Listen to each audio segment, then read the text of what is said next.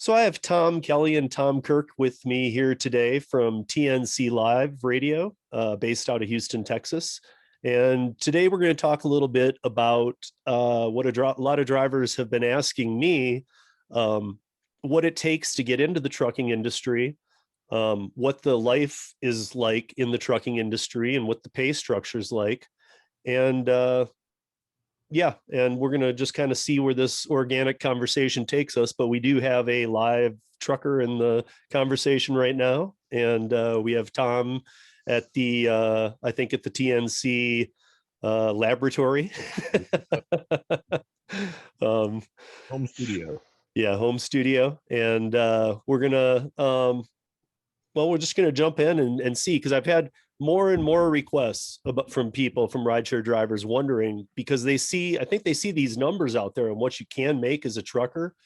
And I think a lot of people are pretty surprised that those numbers are actually pretty high. Like, you can make a good living. I know, like, Tom, I know that you and I when we talked previous, I know that those hours, are crazy. I know that anyway, from just background and knowing that, but so it isn't an easy life, but it seems like a well-paid one.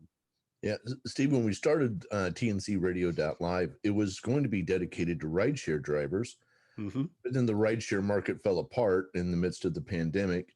But there was somebody out there who was still going, and that was the truckers. And we found out pretty shortly afterwards that they had taken a liking to us, and we had taken a liking to them.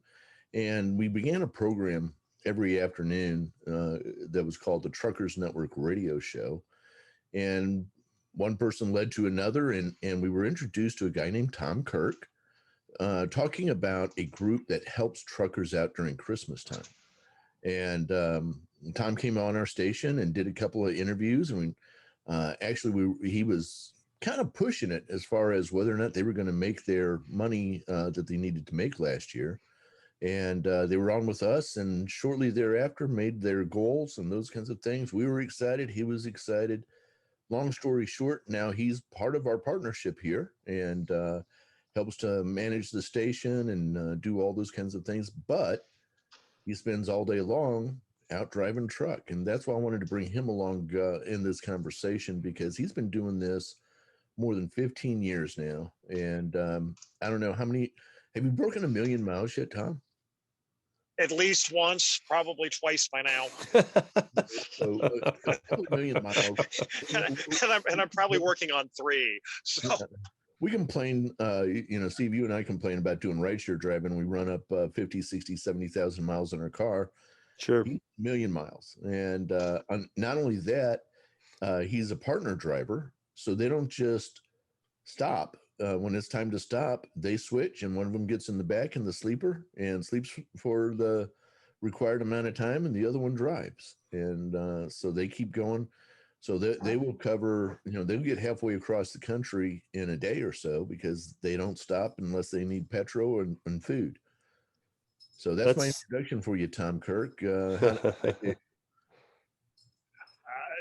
Let's put it this way.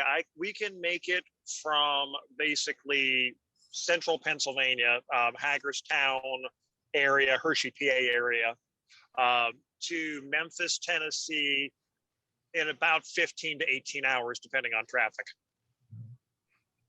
Except for probably right now, isn't the Memphis thing still an issue?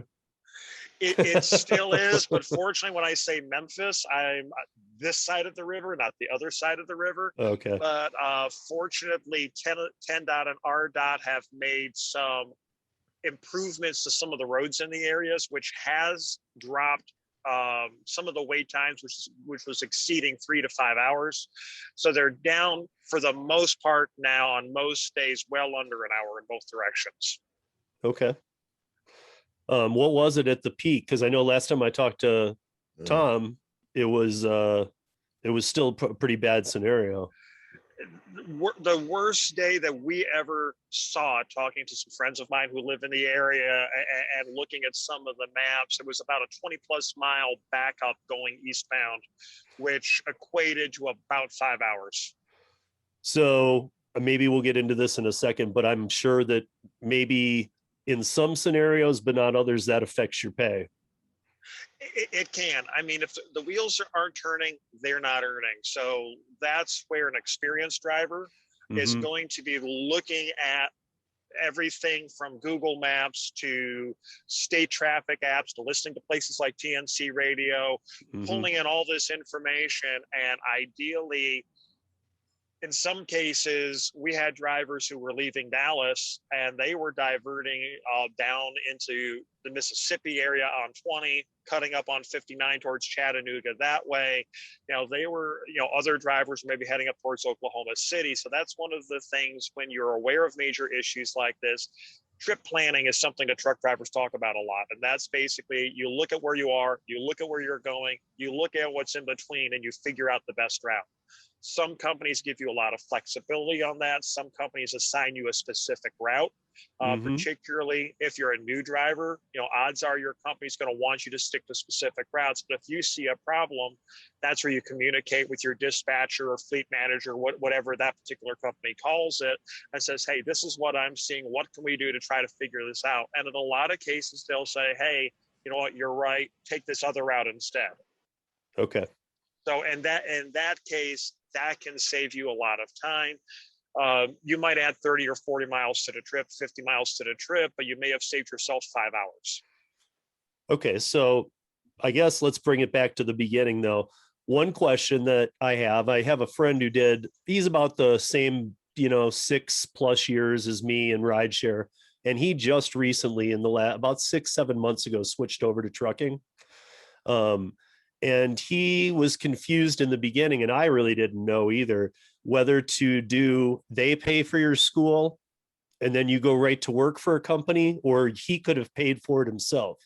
What he did was he did they pay, and he told me right afterwards he wished he had paid. That is, to me, the number one mistake the new drivers make is taking company sponsored training. And the reason is, for those of us who've had experience with or been in the industry for a while, we tend to use the term indentured servitude. And what that basically means is you sign a contract with a company that says either for the next 1, 2, or in some cases 3 years, they'll pay for your training, maybe even give you certain living expenses, housing expenses, etc. But in exchange for that, you'll work for them for a certain length of time. And if you get to a company and it's not a good fit for whatever reason, you're kind of stuck there. Yeah, there are some ways you can sometimes move or switch companies, but you have this buyout or contract that you're responsible for their payment. And some companies are very good in how they treat their new drivers. Some companies, not so much. That's where doing your homework is. So for drivers who have the ability to private pay or get a state grant or some kind of an educational grant where they can go to a school of their choice and everything else, that's my number one recommendation. Because if you get to a company that's not a great fit for whatever set of reasons, that gives you more flexibility to move to a place that is a better fit. Or it could be a good fit to start off with, but you're now a year or so into your contract, you still have a ways left to go on it, and a job opportunity comes along that you would like to take, but because of that contract, that may limit your options. Yeah, understood. And I would think that, maybe some people get maybe a little tricked in by that too, because they think, hey, how for sure will I get a job the day I'm done? And really, I know that the trucking industry is booming. I mean, you're going to get a job. So as long as you have pretty much a clean CDL, you mastered your skills, you got your state license and the appropriate endorsements for the job you want to do. Right now, there's a bunch of companies out there that will hire you. Companies that even traditionally were not considered to be training companies. A training company means you come into the industry with minimal to no experience.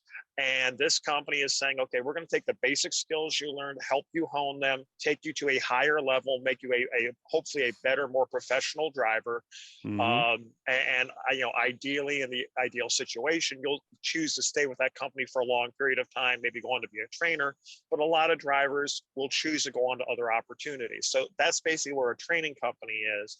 And some companies that normally required maybe 2-3 years of experience are now taking drivers with maybe 6 months, a year, or in some cases fresh out of school, because they do need drivers, or in some cases they've decided we want to train drivers our way, to our standards. So there's a bunch of reasons for that, those changes in the industry. So when let's say a driver signs up to work through the fleet and they're going to have them pay for their school, are they going to the same training that the people who are paying themselves are? Or are they going to a training directly through that company now? It depends on the company. Okay. Some companies do have their own schools located at their facilities. Some companies also work with training schools in other areas. So it could be a case where it could be a bit of both, or it's all one or the other. But a lot of companies, you will see I know when I went to the school that I went to, it was an independent school. They didn't take any of these contracts per se, but how they worked is they worked with a bunch of different schools. And if you wanted to, you could kind of sign a contract with them and do it that way, but it wasn't a direct program per se. Gotcha. Steve, one of the things that may really shock you is you don't have to go to school. What? Yeah. Yeah, you just did really shock me. What are you talking about? Yep, and he is correct. If I wanted Tom, let's say I rode around with Tom for the next 6 months and said, hey, teach me everything there is to know about truck driving. And then I went and took the test here in the state of Texas where I am. I could get a CDL license here in the state of Texas and go right about my business. I don't have to show I just have to pass the test. Right now, that's the law. There's lots of things happening with that where we see that changing in the near future. But your dad could teach you, your husband can teach you, your best friend can teach you, whatever. But if you can pass the test and get your CDL, you get your CDL. Right. But well, I was just going to say, how do you learn all the ins and the outs? I mean, because you can't let somebody literally drive if you're trying to help them. Well, okay, we're going to try to get into something kind of a really complicated story and try and make it as simple as possible. Okay. Traditional trucking schools, it's sort of like when you go to college or high school or wherever, or vocational school. They have instructors that give you a certain amount of classroom time. Then you go out with them, kind of like a driver's ed, where you drive for a while, somebody else drives for a while, and they prepare you for the test and coach you and get you through the test. Then you move on to your first job. Some of the training companies, though, what they do is they get you your learner's permit. And that you get a little bit of instruction there, then they put you out with a trainer. Well, you have this permit and you're driving and learning with your trainer and making a certain degree of money. Apprentice program isn't quite the right term, but sort of along that concept. And what Tom was talking about is something similar. It's where you can get a learner's permit, and if the driver's insurance company will cover it, or he'll teach you what he can, where he can, and basically prepare you for that test, mentor you for that test, then you'd go back and take it. And a lot of people I've talked to who have went through the companies that have programs like that, where it's less of a classroom type of environment and more on the road, I hear very mixed opinions on that. Some drivers like that approach, some don't. Some drivers that I know, and quite a few of the drivers I know, have learned what we call the old school way, which is what Tom was talking about, where you go out with a driver and you learn about it. Actually, a very good friend of mine was taught by his uncle, and his uncle taught him was what he called, particularly when it came learning to shift, with the yardstick method. He missed a gear, his uncle would reach from the back of the bunk where he was slipping, snap him on the knuckles, start over. He learned real quick, oddly enough. Yeah. So for some strange reasons, they don't like the yardstick method nowadays. I don't know why. but that is a very good way. My co-driver now, even though he went to a school, he went out with his granddad for about a year, and his granddad taught him the ins and outs. And I have no problem. I mean, he had about a year of experience when I started driving with. I had no problem going into the bunk to go to sleep behind him because I knew who had trained him. I knew the standard he had been trained to, and this guy is great at shifting. I call him a kid because he's almost young enough to be my son. But this gentleman he's great at shifting. He knows what he's doing. He's very calm under pressure.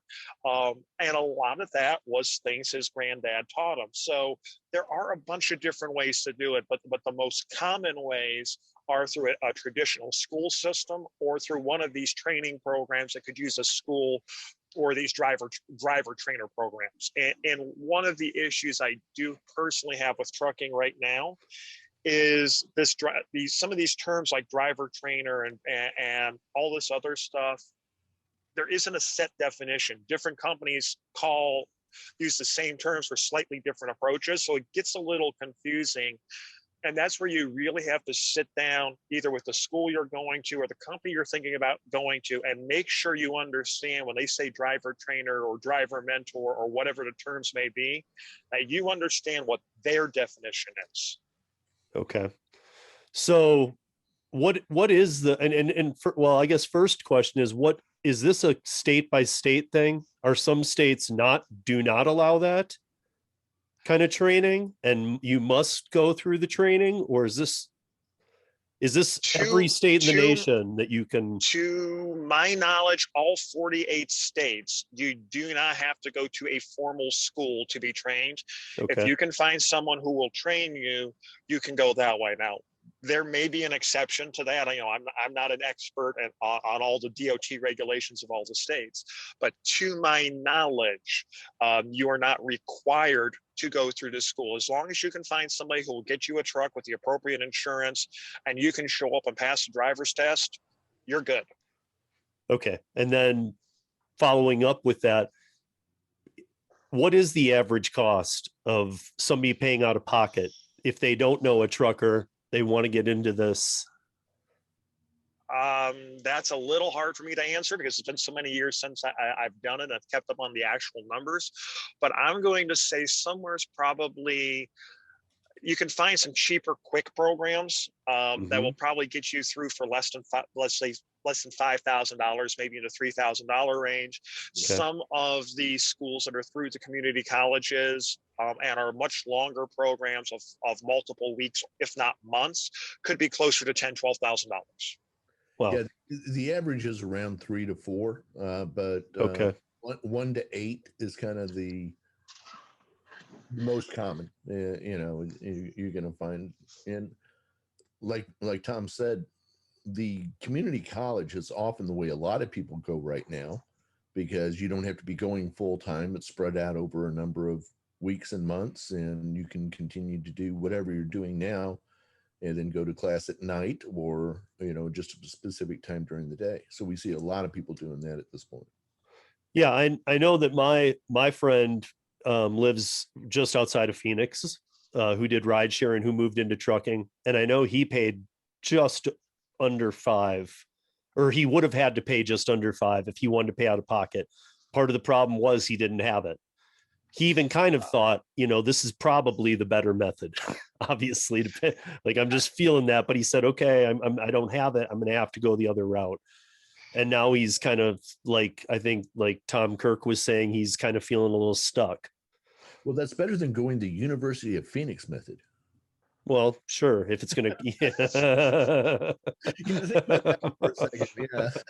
Yeah, but I mean, it's too bad he didn't have the money, or that a loan wasn't available that was within his reach. Yeah. Sorry, Tom, go ahead. I was going to say, especially if you're doing a community college or that kind of thing, you can get grants and scholarships and those kinds of things. Yeah. And with some programs that are state accredited, usually through community colleges, though some driving schools are state accredited programs, you may be able to qualify for federal financial aid as well, like a student loan. So there are options out there. A lot of states also will have job training programs, depending on if you're a veteran, maybe have a workers' comp injury, and some kind of a workplace rehabilitation program because you've been laid off or you're considered to be underserved. There's all different kinds of programs out there, but until you go around and start asking, Right. and they vary from state to state and area to area, and it's one of those things you have to go and do the work and do the research and do the homework to find the aid. Okay. So when you go through one of these trainings and you decide, okay, let's say that you went the route he did. Do most of these companies talk to you about staying in state, cross country, what you're going to be doing, or?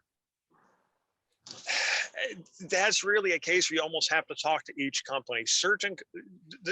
My general experience or rule of thumb is when you go to one of these companies to work for your first job, starting off in the industry, you're going to be called either regional or cross country. It's very rare you're going to land a local job right out of school or when you first get your CDL.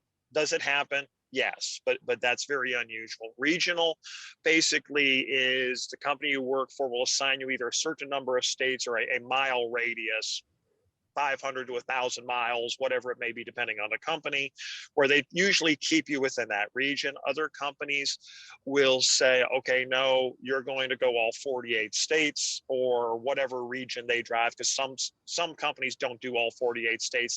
They cut out certain areas for different reasons. So you'll do something like that. And then once you get a certain number of weeks or months with the company, then various other things like dedicated driving, where you work for one specific customer, or local, where you usually are home every night or most every night, becomes options. And that's the other thing too, is watch out for some companies. They'll say they have local driving jobs, but their local driving job may mean you could be home every weekend. So this is really where you have to kind of talk to the company and figure out exactly how they define certain things. Some companies' idea of regional might be within 2 to 3 days, like within a 2-day drive of your house. So let's say if you live in Pennsylvania, they may consider Memphis or St. Louis to be a regional. Other companies might consider it to be from Pennsylvania, Cleveland, maybe Chicago. Okay. But I had never heard that. I didn't know that there was even if you're doing multi-states, a home by the weekend type thing. Some companies do have that option, particularly in the last year or so.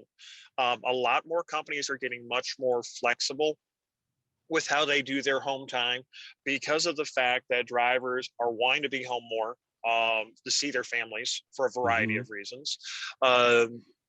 Driver pay has went up significantly. When I first started about 15, 16 years ago, I would tell a brand new driver going into the industry, you could easily expect that you're going to pay, or you would be told you make about $40,000 a year on average, maybe, between 30 and 40 your first year. I always told new drivers, expect 20 to 30. Because you're learning the company, you're learning all this stuff. The mileage rates when I was starting out tended to be very low. Companies weren't going to put you on these longer time pressured runs till they knew you could handle them. So that was some of the things that you'd be looking at. So I always said, you're not going to make what a lot of the recruiters are telling you. Now, though, particularly in the last year with the pandemic, driver wages have went up dramatically. The industry average has went up from around $45,000 to $50,000 a year to probably, I would say, much closer to $70,000 to $80,000 a year or more. To start? Sometimes. I always hate saying starting wages because it depends on so many factors. But I would say right now for starting wages, I am comfortable giving a range of 35 to 50 for your first year or so. Okay. But after you get that first year in, those opportunities to be in that 60, 70, 80 and up range, particularly if you're willing to drive team. It takes a special temperament of a person to be locked into an 8x8 box with another person 24 hours a day for days, if not weeks at a time. You have to have the patience of a saint. Not everyone can do it. Not everyone can sleep while someone else is going down the road. Those jobs typically are going to pay in the 100,000 and up range much more quickly for someone who's starting into the industry than somebody who wants to drive solo and be home every weekend. And that's the other thing is, you know, some companies you get paid a little bit more if you stay out longer. There's all these questions you have to ask. And the 2 or 3 questions that I always encourage drivers to ask is this, you know, number one, what's your turnover? If you got a company that's telling you they turn over 150 to 200% drivers a year, you may want to try to find out why. Yikes, yeah. You know, that, and the next question is ask them, what is their average length of service? So, you know, if their company has been around 30 plus years, but their average driver is, they're saying, has only been around for 8 to 10 years. Okay, that kind of makes you, once again, that's a question that makes you wonder why. If they're saying, oh, most of our drivers have been here for 20 plus years, then you know, okay, this is probably a very good, stable company. Those are some of the questions you want to ask, just like you would really at any other job. And the other thing, though, I'm going to be very realistic with new drivers, is that first year or so, you may not end up with the best company. You've got to get that experience in to get to some of the better companies. And is it fair? I'll be honest, no, it's not. But it, you know, it's the, as a lot of us who've been in the industry for a while, it's called paying your dues, you know, just like at any other job. But the good news is the light at the end of the tunnel. You don't have to pay those dues as long now to get to the better opportunities. When I first started to get to the really good jobs, they were looking at drivers with 3 and 5 years of experience. If you want to go to work for a company like Walmart, you better have 5 years, a spotless record, and pretty much know someone there. Nowadays, you can go into Walmart with less than a year of experience with a very good driving record and things like that, and have a much better opportunity of getting a job than a driver 15 years ago that had with 10 plus years of experience. So things have changed a lot in the last few years. Steve, you know, one of the things too to think of, okay, so you go through all of this, you learn how to drive, you're getting your experience, and all, that's not, you're not done yet. You still got to pass the physical. And a physical is required, and depending on, you know, who you are, what you're doing, could be required as often as a year. And you could sometimes get what they call the 2-year card if you're really lucky, if you're really healthy. But you're going to have to, from time to time, go through a physical that checks your vision, your color, you know, how well you see colors, blood pressure, hearing, your heart health, your medications that you're on. They're going to do your analysis and make sure you're not taking anything. Right. And you would be shocked to find out that a huge number of drivers fail their first year analysis. You know, they go through all the trouble to get trained, and then you know, well, yeah, I just, you know, had a little pot about a week ago, no big deal. And well, it is a big deal now. Yeah, it is. And I would imagine that scorns your record too. Well, yeah, it does. You have to go through a special program and all that kind of stuff. And the trucking industry is a lot smarter than they used to be. They get it sometimes that people need to, you know, step out, if you will, because they've got a problem. And there's ways to do that now without losing your career. But amazingly, less than 20% of the people who do get caught using some kind of substance actually go through the program to stay in trucking. I mean, they don't even bother. They get caught. It seems like that should be the first thing then, before you're even allowed to start training. You take one and the most reputable training schools that I'm aware of, among the first things you will do is you will take your physical, if not on the first or second day, within your first week there, and you'll have to pass that. At least the school that I went to and the training company that I used to work at, that, like I said, that was within the first week, you would have to take it. And you know, because they were trying to weed those people out very early on in the program, so no one's time was wasted. Other programs, though, may not be that conscientious, shall we say. They might want your money, regardless of what happens after the match. We could say that. We could say that. Too good to be true. It really is too good to be true, because sometimes oh, we're going to fly you to Orlando. We're going to put you up in a Disney World hotel. You're going to, it's going to be so much fun. And, and they sell this thing like it's a package vacation deal. And you realize pretty early on that, oops, this isn't actually a Disney hotel, and oops, I'm not really getting the training I need. And you're out the money. There's not a governing body that says, well, that school's a ripoff, so don't go there. No, so do your research, basically. You got to do your research. Do your research, look at the options. Absolutely. The other thing that goes along with this too is a lot of companies, when you first get in, I hate to use the expression, there's a sucker born every minute and they're looking for the people who fell off the cabbage truck. But you do go to a company, let's say they're reputable for their training, you get through the training. Now they may start pushing you to join a lease program. There's various opinions on lease programs. The vast majority of the lease programs, though, where they try to get you to buy a truck, it gets back to what I said earlier. Ask them the numbers. What's the turnover rate? How many people successfully complete it? How many people started and drop out, and after what length of time? And more often than not, the vast majority of these lease programs are designed to make the company money. They're not designed to help you in any way, shape, or form.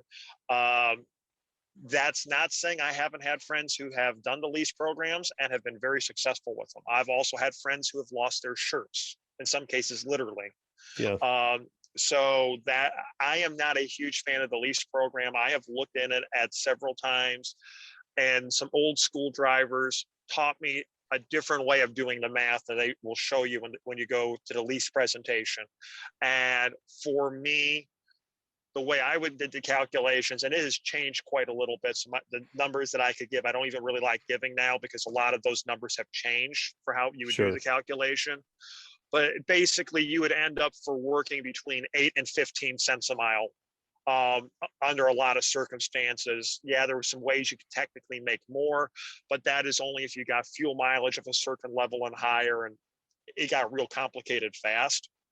Yeah. So for the average driver getting into these lease programs, you're going to work every bit as hard, if not harder, than a regular driver. You're going to have all these bills, because if the truck breaks down, I call my boss, goes, "Hey boss, the truck broke down." Okay, well, he'll either get me a rental truck, put me into a hotel, whatever he needs to do, he'll do it. He'll pay for the truck repair bill. If I own the truck or I'm buying it, I've got to figure out who's going to repair it, how I'm going to pay for it, where I'm going to stay while it's being worked on, all these other things. And for me personally, when I sat down and looked at it, I decided it wasn't worth it.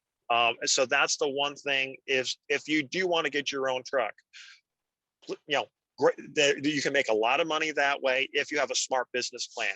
Take your time. I usually tell people, don't buy your own truck for at least 1 to 2 years so you're in the industry.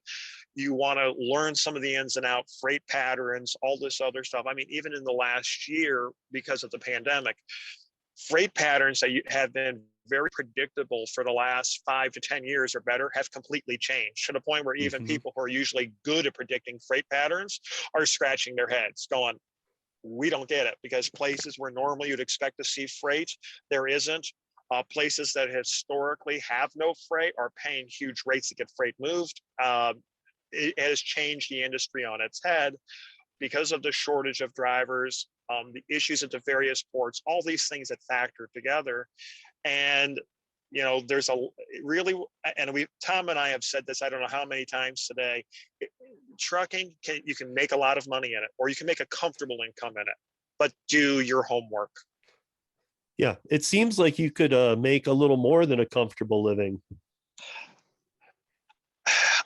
It took me about 14 years to get to the company where I'm at now, and I went from making between $30,000 and $40,000 a year on average, more or less than the average thing.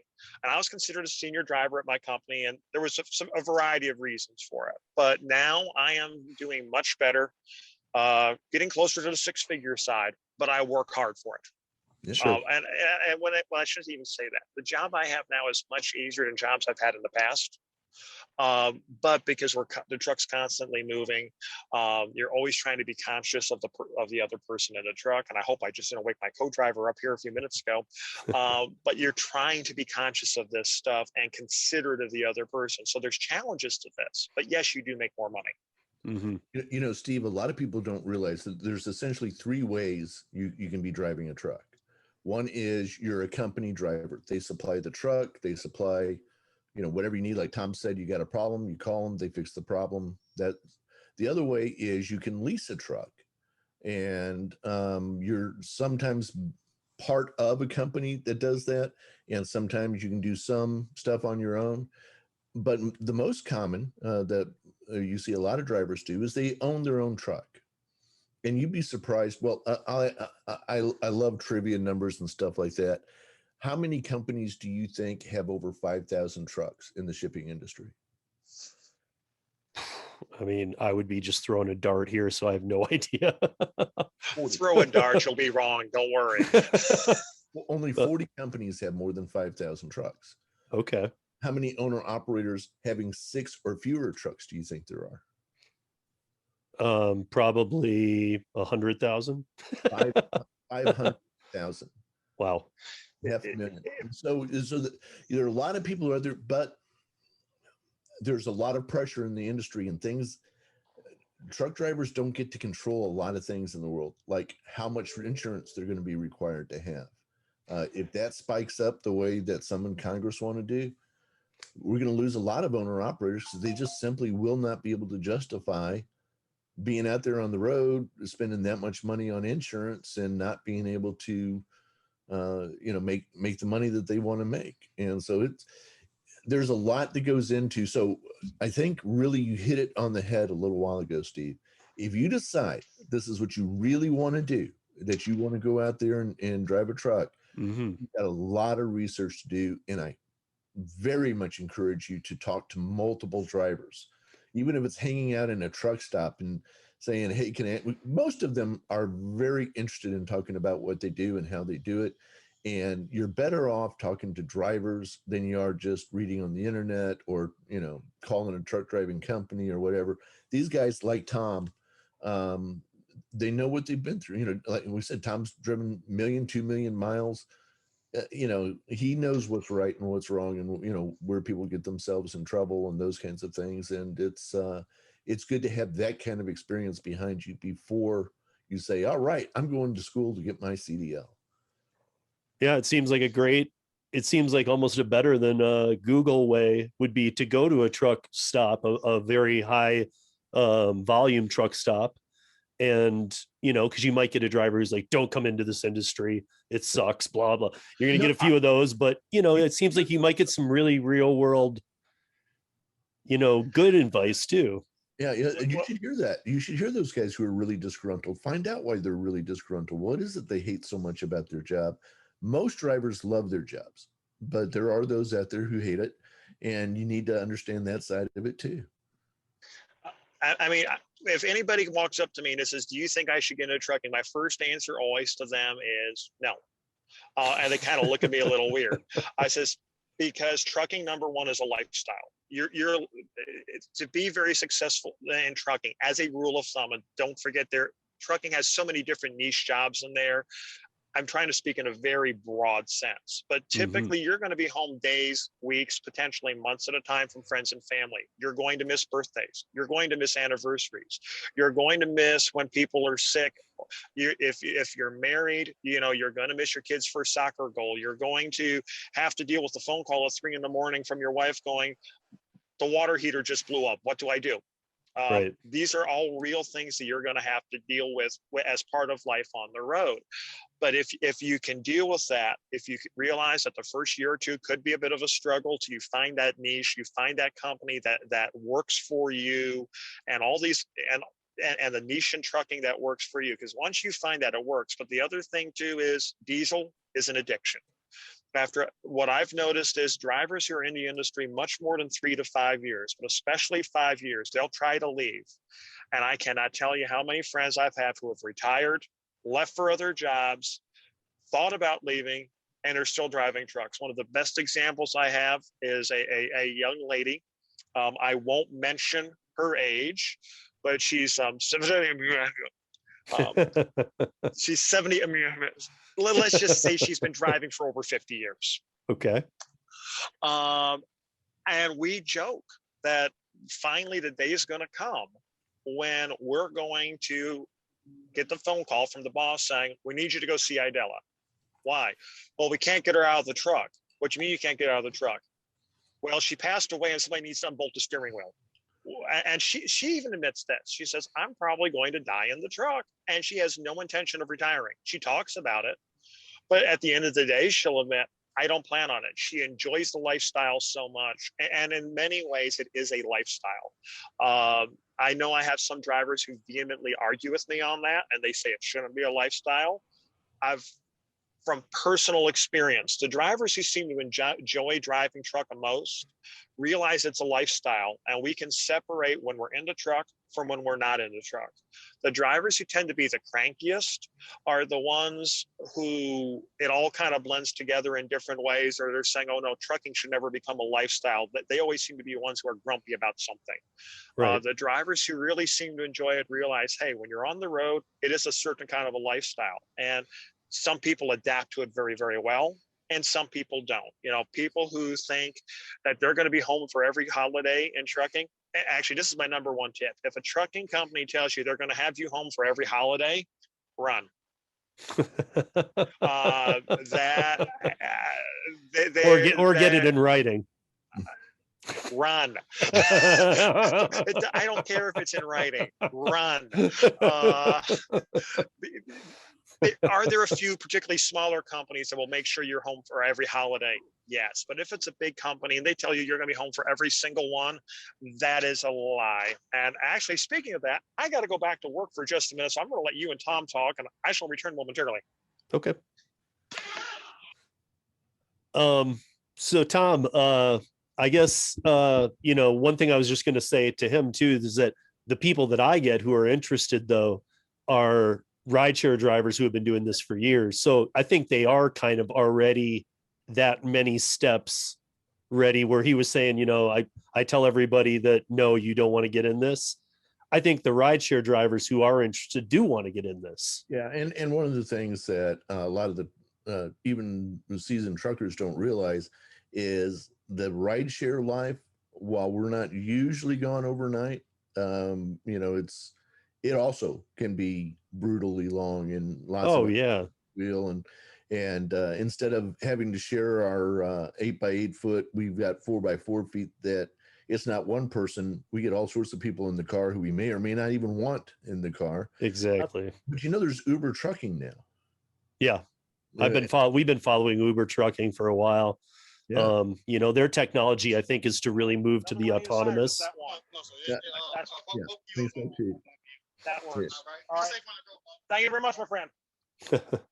And that's part of what you have to do too, and where Tom's coming from is that when the client walks out and starts talking to you, nothing else matters. No matter if you're on the phone with your boss or your wife or getting being interviewed for a podcast, it's time to jump in and have that conversation. But we're used to that kind of stuff. But you're right. The people, I think, coming out of rideshare who are looking at trucking, this is the next logical step, because they're already doing it. They're already used to it. They understand that this is, it is a lifestyle. I mean, Ubering and Lyft, that's a lifestyle too. And, it's, when I do it, I put in 10-hour days. Sure. 12-hour days sometimes. So, and like you said, then I have I have passengers. Some are great, some suck. Yeah. And we call those the pack souls. It's yeah. And so there's that too. You don't have to deal with that portion of it. Exactly. And I think some people like the adventure of taking on the road. Yeah. It's just I do. I love being in my car. Oh yeah. It's a lot of fun, and you don't.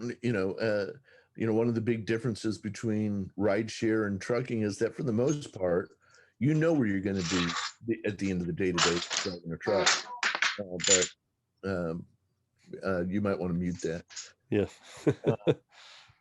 But you don't necessarily know. I'm here in Houston, and the other night I started off on the far southeast side of Houston, over by NASA, and next thing I knew, I'm on the far northwest side of Houston, more than an hour from home, doing these little puddle jumps from place to place, waiting for that big ride that gets me back down to this side. And it's. Yeah, I said I'll be home by 7. It was 10:30 before I walked in the house, and that's just the way it Yeah. goes sometimes. I mean, I have a son at home, and I mean, he's gotten very used to. I set my pars. I make a schedule for myself every week, kind of thing. But I also, like, if I say, "Here's my schedule," that might have to adapt a little bit because I have pars every day. Sure. I have to hit at least, let's say, X. So if I'm not to X by the end of that day, I need to at least pull a couple more hours. Right. Well, and that's just what it is. Yeah, you got a promotion and you've got 4 rides left to go before you're going to get that extra $100 or whatever. And it's like, I can't stop now. Right. Got to finish. Or if it's like let's say that I got an Avalanche hockey game and a Rockies game and the playoffs going on, and it's about to let out.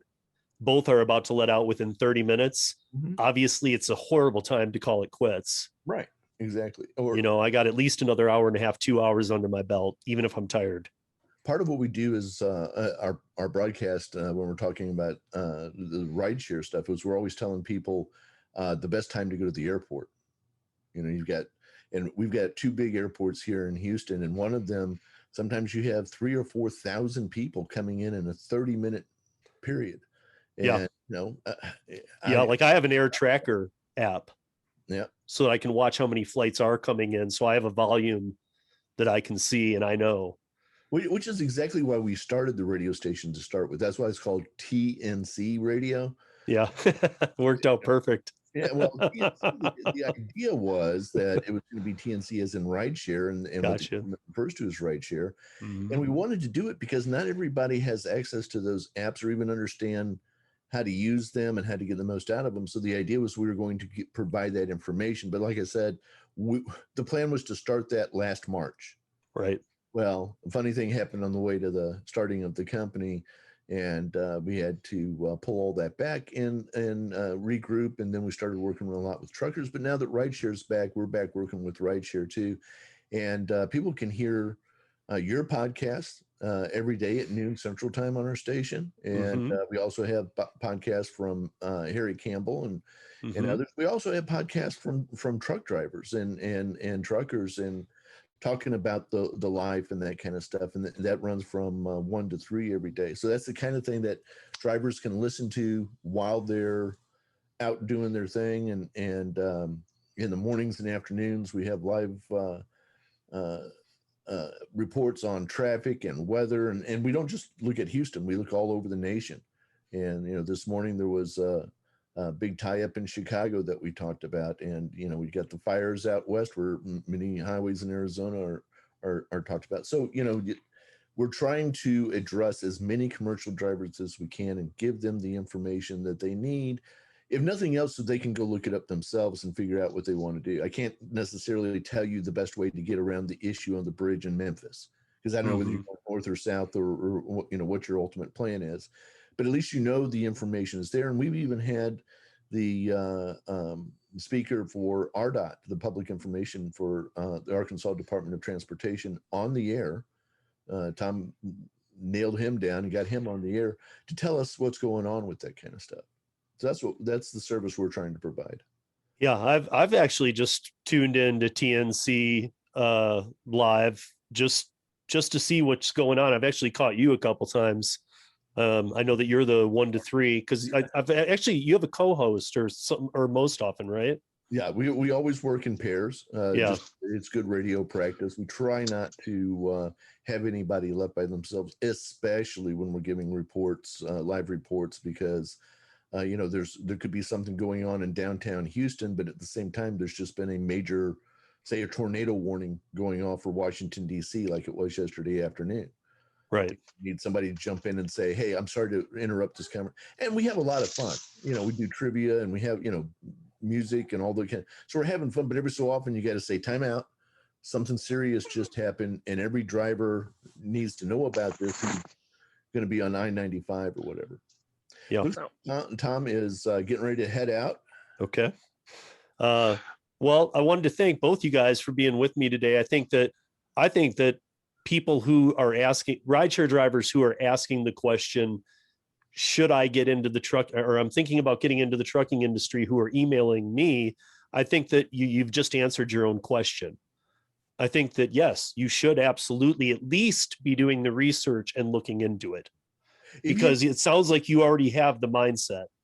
Yeah. And if you have specific questions, feel free to reach out to us at info@tncradio.live.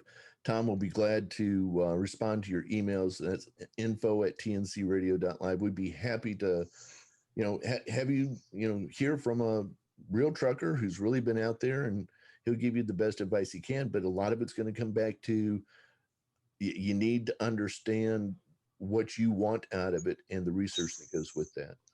Yeah. And I'm sure it's market to market specific too. I'm sure that's part of where which choices you make coming into this play out, because like Denver might be a lot different than Des Moines. It is. Yeah. And the thing is, there's a lot of questions that I don't know the answers to, and I freely admit that, but I have a bunch of drivers and friends in a bunch of different areas and markets and parts of the industry. And I have no problems asking them questions and other people's halves, or with their permission, connecting people so that everybody can get the information. Because Tom said this earlier real well. Go to your local truck stop. Doesn't have to be big, could be just a small one. And particularly if you're willing to buy a driver a cup of coffee, odds are you'll have a new best friend. Yeah. I mean, I would think that would be a pretty easy thing to do. And I would think that, those people who get off the road, sometimes they're looking to have a conversation too. I mean, why not? And very often that is true, because the one thing that has changed in the last 16 years is the cabs are not as isolating as they once were. Because nowadays I have the ability to get on the phone to talk to friends. I can more easily listen to entertainment and not be constantly flipping through the radio to find a station that will come in. I can tune into TNC radio or download podcasts. I have a lot more opportunities. If I want to contact my family, they're just a phone call away. I no longer have to find a payphone. I remember what payphones used to be like. And I wasn't in the time where there was lines for the payphones, because cell phones were just becoming more common among drivers. But yeah, I do remember having to buy the prepaid cards and shopping around for the best long distance plans and things like that, so I could stay in contact with the family. And technology has changed so much for the industry. But the other thing too, I want to point out that TNC Radio does too. Yes, we work very hard to cover the local and national news, but when the Ever Given was stuck, we spent quite a bit of time covering how that was going to be impacting the trucking industry, as well as the silicon shortage. So we really go out and do not just traffic and weather. We cover the various newscasts that are happening internationally that will impact the trucking industry. I'll put all of this in the linear notes too to the show. So anybody listening, I'll put all this contact info. I'll put the email. I'll put the link to the tncradio.live and everybody's names, so that if they want to reach out, they'll be able to look in the linear notes and just directly contact you. Yeah, and we'll continue to play those Rideshare Podcast and the Trucker Podcast. Like I said, that's starting noon Central Time. We also do it in the evenings on Sunday evenings, so you can also catch on Sunday evenings our Rideshare Podcast. Is there, because I've been to the site, is there a breakdown on the schedule? There's a schedule. And, there is? Okay, I didn't dive in too hard enough, I guess. Yeah, it's over on the left-hand side. You can just scroll over to that and see the latest schedule. It needs to be updated because I made changes this past weekend. Okay. But changes out there sometime in the next few days, and it'll be up to date. Okay.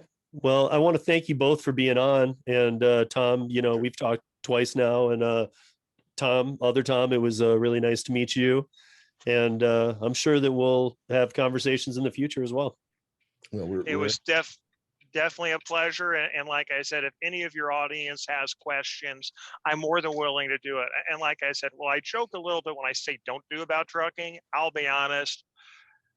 I look back I worked at Radio Shack for almost 10 years, and I still ask myself why I didn't get into trucking sooner. Yeah. Well, and I was going to, I don't know if you probably didn't have your headset on, but I was talking to other Tom about that specifically, that after you said that, I was thinking to myself, the people that my audience that's asking me, I think is already ready. So they're not your average people who are like, hey, should I do this? There are people who have been doing rideshare and are like, I want to do this. What do I do? Yeah. And those, I think, a lot of the rideshare drivers, because it amazes me when I am in various towns across the country and I use Lyft or Uber, how many times these drivers are already looking into the trucking industry or have a relative who's in it, or, are a driver that's home on the weekend or a long week, and the wife is at work, the kids are at school, they're bored. So what are they doing? They're going out and picking up a few Lyft and Uber rides as something to do. Right. So it really amazes me all the time, the links between the Lyft and Uber drivers. And actually, one last thing I'd like to do is I'd like to thank all the Lyft and Uber drivers who continue to drive through the pandemic. You were a lifeline to a lot of us drivers, because if we had to get to the doctors or to, just for a physical or pick up our blood pressure medications or whatever it would be, get to the grocery store, you were the guys that made a lot of that possible for us. And, you were a small part of keeping the transportation industry moving during the pandemic, and a huge thank you for that. Well, and that's, and I know a handful who did, I mean, some, when the pandemic first hit, there were no passengers. So for a couple months, there was no reason to even sign on the platform because there was nobody to pick up. But after that, it became, who's going to do this? Yeah.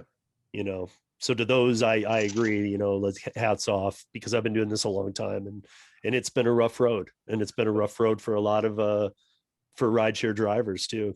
And we'd be remiss before we hang up here if we didn't acknowledge the great role that truckers played throughout the entire pandemic. If it wasn't for them, there wouldn't be any toilet paper ever. I was waiting for that. Things that people were able to get. If you look around wherever you're sitting right now, if you look around, it didn't get there if a truck didn't bring it. Yeah, I mean, that's a bottom line fact. Truck brought it. And so, if you want to help make changes in this world, next time you see a guy climbing down out of his truck or getting ready to get in, just look over at him and say, hey, thank you for your service. Appreciate everything you're doing. Absolutely. I agree. Big difference. Because even if you see those last, that last kind of what we call that last few mile service, you see that little box truck pulling up. That's not the guy who got you all the stuff. That's just the store taking it from a warehouse to the store. Right. So you got to remember the long haul truckers or the 18 wheelers. They're the ones who are getting everything where it goes. You betcha. Those factories don't stock themselves. Thank you, Tom. We appreciate all you've done.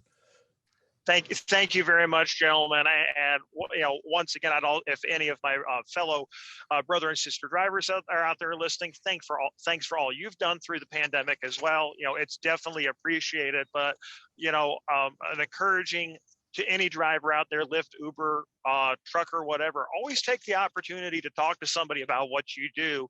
You never know who you may influence or inspire to be the next truck driver, or possibly a person who can give information like Tom and Steve here do. So I want to thank both of you for what you do for Uber and Lyft drivers as well as truck drivers. Thank you. And right back at you for driving and getting us all our goods. All right. All right, guys. Thank you very much for coming on, and we'll be in touch. Sounds great. Okay. All right. Thanks, Steve. Appreciate it. And, let's keep talking. Love to have you on some shows too. So we'll just kind of keep this rotating and let me know when. Yeah. I mean, as you hear some of the podcasts I've done, especially if out of that pool of podcasts that you said gets populated, some of the more recent ones, you know, you might pick up on some subjects that you might want to bring me on for, because you know, we've had some pretty interesting things even to me, and I've then taken it farther and learned more about things, and I've learned a lot too. So TNC for us now means the Transportation Network Channel. Right. You know, it meant something when we first started different than that, but now it's the Transportation Network Channel. We look at all different things around, which is all encompassing. It's perfect. It's all part of you know, the same people have generally the same needs and look for generally the same things. You know, they got to know what's going on in the world, where they're driving, where they're going to be going, you know, and concerns. And, you know, if there's a riot in downtown Houston, they'd like to know before they get to downtown Houston, you know. Sure. Yeah. That kind of thing. So we put as much out there as we can. All right, so gentlemen. Us, yeah. And off to the next show. We got another live show starting here in just a few minutes. All right, guys. All right. Be safe out there, Tom. You take care. See you all later. Bye. See you in an hour, Tom.